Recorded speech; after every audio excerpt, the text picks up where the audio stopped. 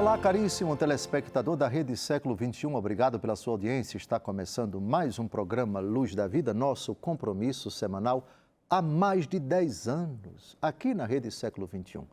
Oportunidade para, durante 30 minutos, refletirmos assuntos de grande relevância para a nossa fé católica apostólica romana.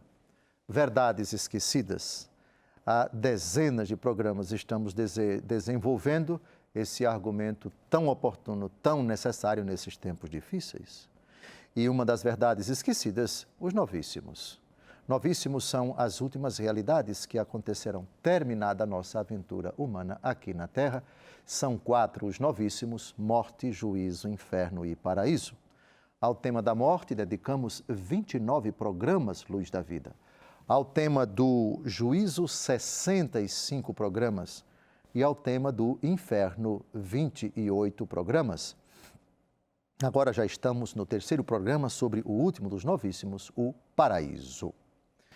No programa anterior, terminamos de investigar vários textos do Antigo Testamento que tratam dessa questão. Ainda que de forma imprecisa, não muito clara, pelo menos muitos textos do Antigo Testamento, maxime os dos livros mais antigos, não temos muita clareza a respeito do céu, a respeito do paraíso nesses livros, porque a fé de Israel ainda é muito rudimentar.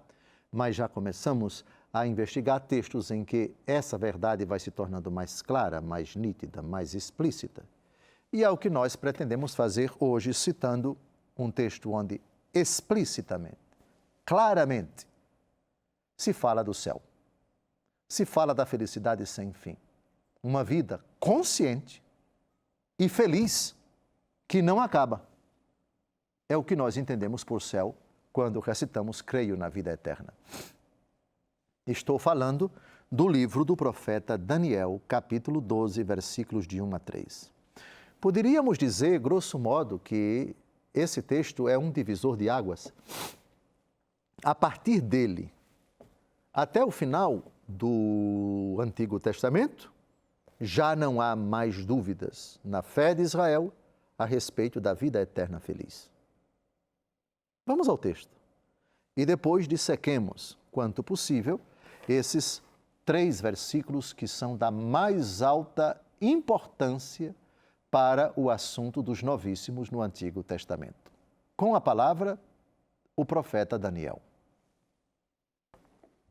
Naquele tempo, surgirá Miguel, o grande chefe, o protetor dos filhos do seu povo.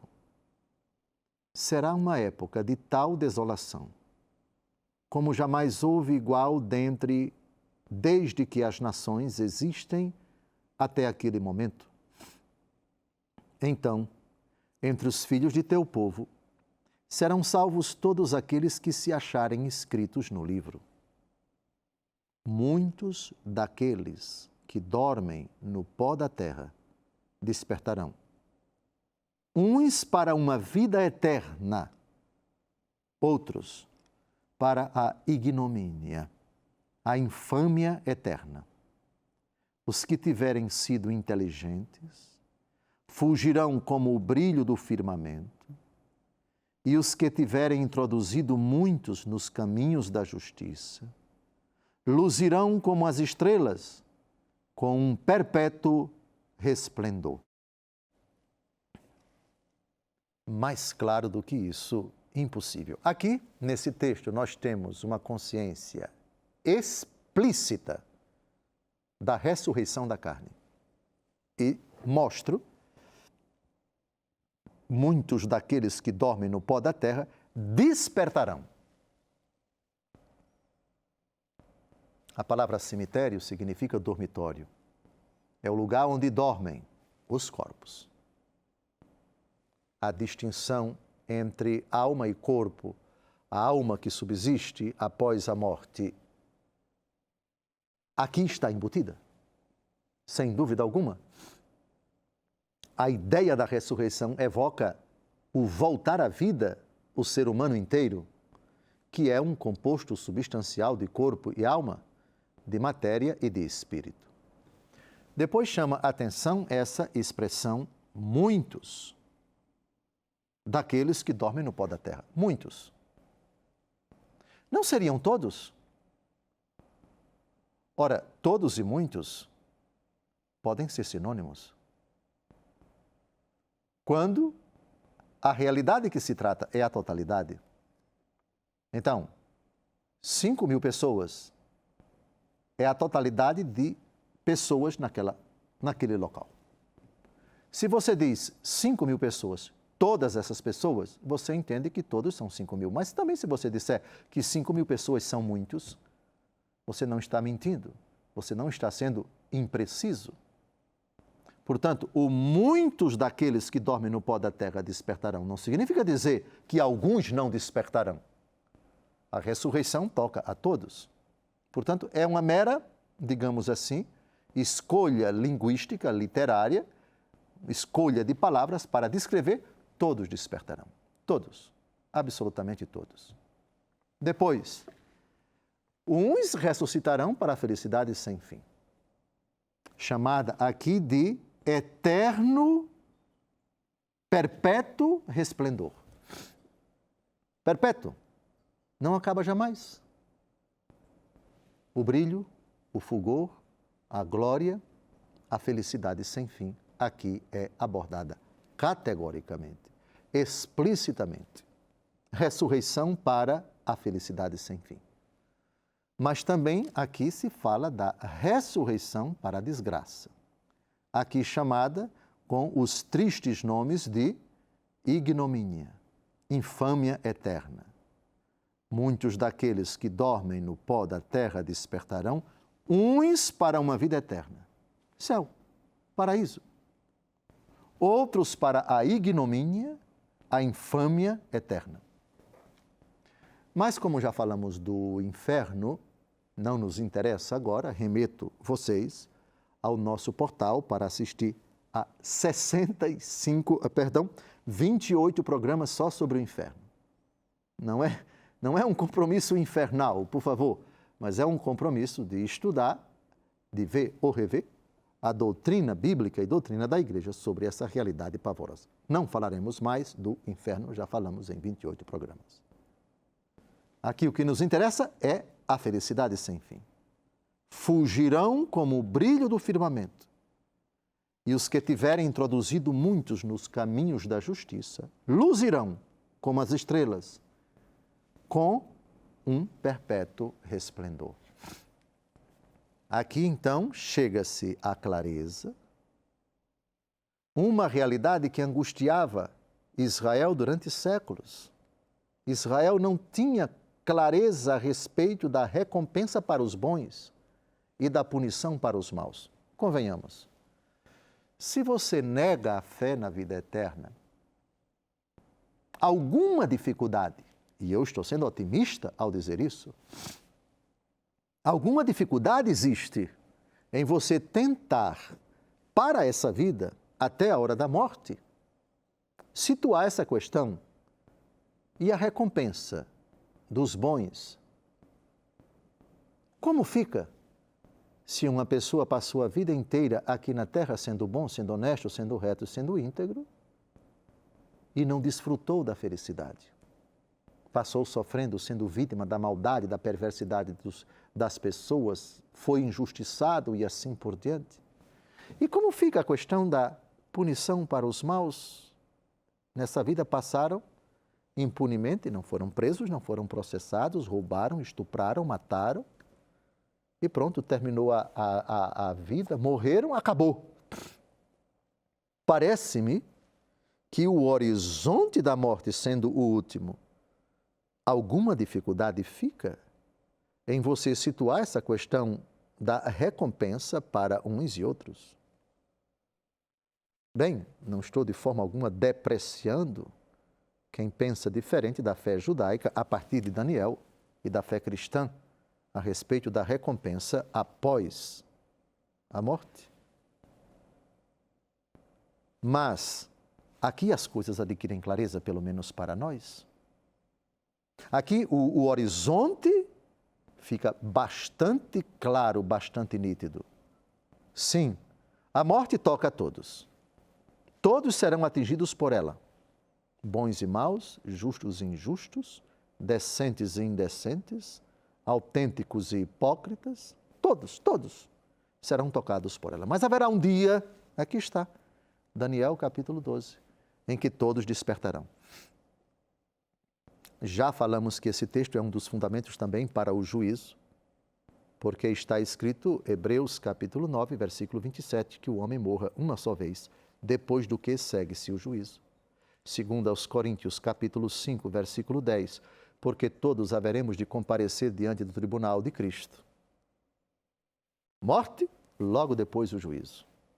Mas como já tratamos do juízo, não vamos recordar isso? Mas, aqui agora, a perspectiva se alarga com uma clareza bastante inédita e também profunda. E aí sim, o que Jó no seu tempo não tinha, ou seja, a convicção da recompensa para todos. E só há duas alternativas, a ignomínia, a infâmia eterna, a condenação, o inferno, ou a felicidade sem fim, o perpétuo resplendor, que nós chamamos de céu, de paraíso, de habitação com Deus, de felicidade sem fim com a Trindade Santa e assim por diante. Está terminando o nosso primeiro bloco, não saia daí, porque quando nós retomarmos, nós vamos para um texto impressionante do segundo livro dos Macabeus, capítulo 7, a história de uma mãe cujos 7 filhos foram assassinados na frente dela. E ela vai confortando um por um, e aquilo que eles dizem, e aquilo que ela ensina para eles, é exatamente a fé de Israel na felicidade sem fim, na recompensa eterna. Ao mesmo tempo, é a convicção de que o malvado que está fazendo aquilo, matando os filhos um por um, ele vai se apresentar diante de Deus, ele vai prestar contas e vai ser punido com rigor. Uma história incrível de uma mulher heroína que educa os seus filhos na fé judaica da ressurreição. Crê firmemente na ressurreição da carne e na vida eterna. O prêmio que Deus reserva para os fiéis, para os justos, é o que subjaz na atitude corajosa dessa mãe que não volta atrás, vê o primeiro filho ser morto e não desanima os demais para que traiam a fé judaica. Ela insiste, exorta, vai vendo os seus filhos um por um sendo mortos. Todos morrem, mas nenhum retrocede, nenhum retroage da sua fé na fidelidade a Javé. Não saia daí. No segundo bloco, a gente continua esse assunto fascinante.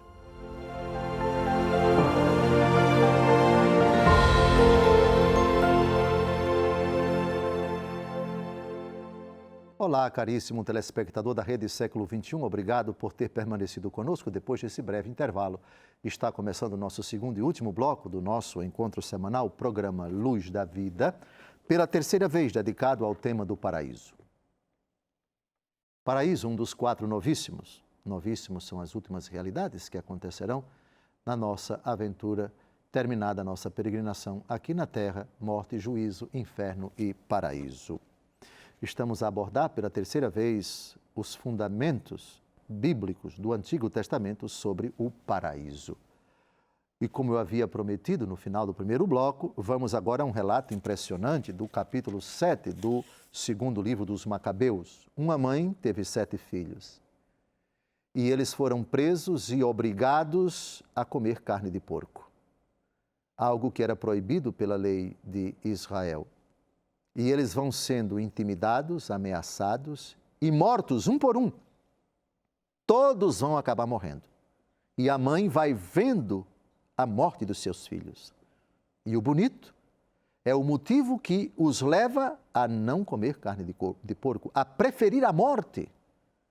O relato é longo, são 42 versículos, mas vamos lê-lo na íntegra, porque o que nos interessa é exatamente nessa época, estamos no século II e um pedacinho de segundo antes de Cristo, terceiro e segundo antes de Cristo, o martírio dos 7 irmãos Macabeus.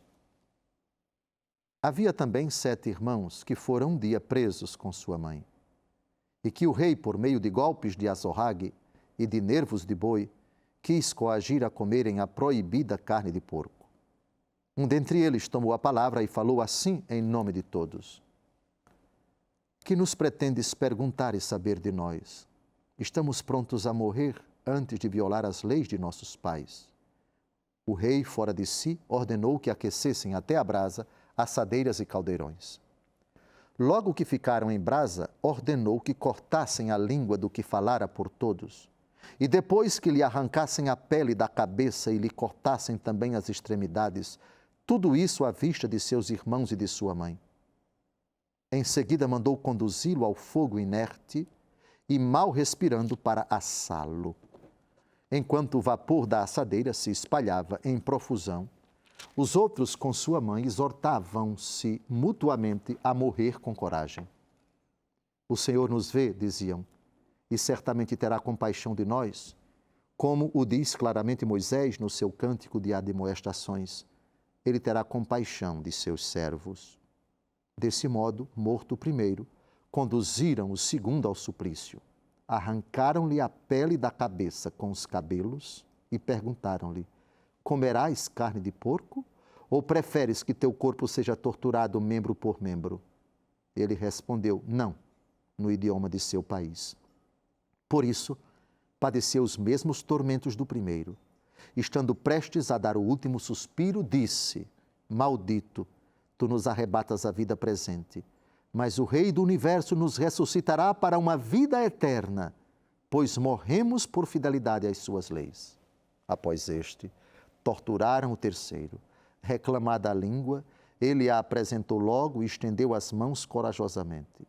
Declarou com nobreza: do céu recebi estes membros, mas eu os desprezo por amor às suas leis, e dele espero recebê-los um dia de novo.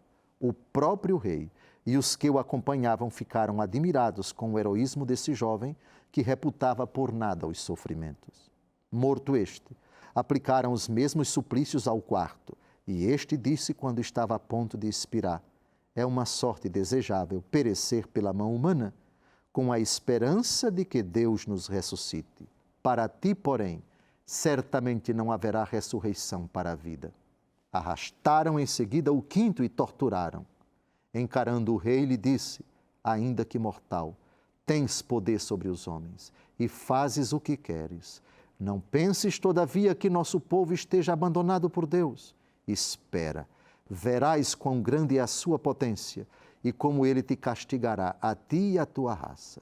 Após este, fizeram achegar-se o sexto, que disse antes de morrer: não te iludas, nós mesmos merecemos estes sofrimentos porque pecamos contra nosso Deus. Em consequência, recebemos estes flagelos surpreendentes, mas não creias, tu, que ficarás impune após haveres ousado combater contra Deus. Particularmente admirável e digna de elogios foi a mãe que viu perecer seus 7 filhos no espaço de um só dia e o suportou com heroísmo, porque sua esperança repousava no Senhor. Ela exortava a cada um no seu idioma materno e, cheia de nobres sentimentos, com uma coragem varonil, realçava seu temperamento de mulher. Ignoro, dizia-lhes ela, como crescestes em meu seio, porque não fui eu que vos dei o espírito e a vida, não fui eu que ajuntei os vossos membros, mas o Criador do mundo, que formou o homem na sua origem e deu existência a todas as coisas, vos restituirá em sua misericórdia tanto o espírito como a vida, se agora fizerdes pouco caso de vós mesmos por amor às suas leis. Receando, todavia, o desprezo e temendo o insulto, Antíoco solicitou em termos insistentes o mais jovem, que ainda restava, prometendo-lhe com juramento torná-lo rico e feliz, se abandonasse as tradições de seus antepassados, tratá-lo como amigo e confiar-lhe cargos. Como o jovem não lhe prestava nenhuma atenção, o rei mandou que a mãe se aproximasse e o exortasse com seus conselhos, para que o adolescente salvasse sua vida. Como ele insistiu por muito tempo, ela consentiu em persuadir o filho, inclinou-se sobre ele e, zombando do cruel tirano, disse-lhe na língua materna: meu filho, compadece-te de tua mãe, que te trouxe 9 meses no seio, que te amamentou durante 3 anos, que te nutriu, te conduziu e te educou a esta idade. Eu te suplico, meu filho, contempla o céu e a terra, reflete bem. Tudo o que vês, Deus criou do nada, assim como todos os homens. Não temas, pois, este algoz, mas sê digno de teus irmãos e aceita a morte, para que, no dia da misericórdia, eu te encontre no meio deles.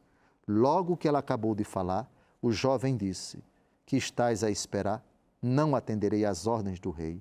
Obedeço àquele que deu a lei a nossos pais por intermédio de Moisés. Mas tu, que és o inventor dessa perseguição contra os judeus, não escaparás à mão de Deus. Quanto a nós, é por causa de nossos pecados que sofremos. E se para nos punir e corrigir, o Deus vivo e Senhor nosso se irou por pouco tempo contra nós, ele há de se reconciliar de novo com seus servos. Ímpio, não te exaltes sem razão, embalando-te em vãs esperanças, enquanto levantas a mão sobre os servos do céu. Tu ainda não escapaste ao julgamento de Deus, Todo-Poderoso, que tudo vê, enquanto meus irmãos participam agora da vida eterna, em virtude do sinal da aliança. Após terem padecido um instante, tu sofrerás o justo castigo de teu orgulho pelo julgamento de Deus. A exemplo de meus irmãos, entrego meu corpo e minha vida pelas leis de nossos pais e suplico a Deus que ele não se demore em apiedar-se de seu povo. Oxalá tu, em meio aos sofrimentos e provações, reconheças nele o Deus único. Enfim, que se detenha em mim e em meus irmãos a cólera do Todo-Poderoso, que se desencadeou sobre toda a nossa raça. Abrasado de ira e enraivecido pela zombaria, o rei maltratou este com maior crueldade do que os outros. Morreu, pois, o jovem, purificado de toda mancha e completamente entregue ao Senhor. Seguindo as pegadas de todos os seus filhos, a mãe pereceu por último. Terminamos aqui nossa narração concernente aos banquetes rituais e a estas atrozes perseguições. Foi longo, mas foi comovente. Em nenhuma página do Antigo Testamento existe uma atrocidade continuada com tantas pessoas. E mais, um depoimento, 7 depoimentos, eu diria 8, porque cada filho dá o seu depoimento bonito, não hesitando em entregar seu corpo e sua alma a Deus, preferindo a morte a ter que trair a fé dos pais, que proíbe essa impiedade de comer carne de porco, segundo a mentalidade daquele tempo. Mas o que chama a atenção em cada depoimento, a recompensa eterna que os aguarda, a crença na vida eterna, na felicidade sem fim, estar com Deus, habitar com Ele, crer na vida eterna. Enquanto meus irmãos participam agora da vida eterna, após terem padecido um instante, tu sofrerás o justo castigo de teu orgulho pelo julgamento de Deus. Vejam, o último filho crê firmemente, já estão na vida eterna, já participam dessa felicidade porque foram fiéis a Deus no derradeiro instante. E a outra convicção, o oposto da vida eterna, você vai pagar, você vai prestar contas com Deus e você será punido. A convicção também da punição para os maus. Bem, eu penso que esse texto escolhido para ser o último da fundamentação do céu, do paraíso, no Antigo Testamento, eu acho que eu fui feliz ao colocar esse texto, porque é um texto que ilustra com uma clareza evidente e inequívoca a fé na vida eterna, já antes de Cristo. Judeus que creem firmemente que existe a ressurreição da carne, que a morte não é o fim de tudo. E que Deus, que vê o sofrimento do justo, daquele que imola, oferece sua vida por causa dele na fidelidade à lei judaica, será recompensado na vida eterna. Desfrutará da felicidade sem fim. Essa mãe corajosa que educou os 7 filhos nessa convicção, no tormento mais lancinante, e aqui estamos falando de uma escadinha, porque se são 7, tem os mais novos até o mais velho foi o que morreu por último, Quer dizer, na verdade, quem morreu por último foi a mãe. Mas dos 7, começou pelo mais novo, o que é mais doloroso, mas o mais novo, intrépido, foi o primeiro a morrer. Depois vieram os outros que foram morrendo na imitação dos que já haviam morrido, ou estavam morrendo, ou já estavam mortos. Terminamos aqui a nossa parte do estudo bíblico sobre a vida eterna, que é o Antigo Testamento.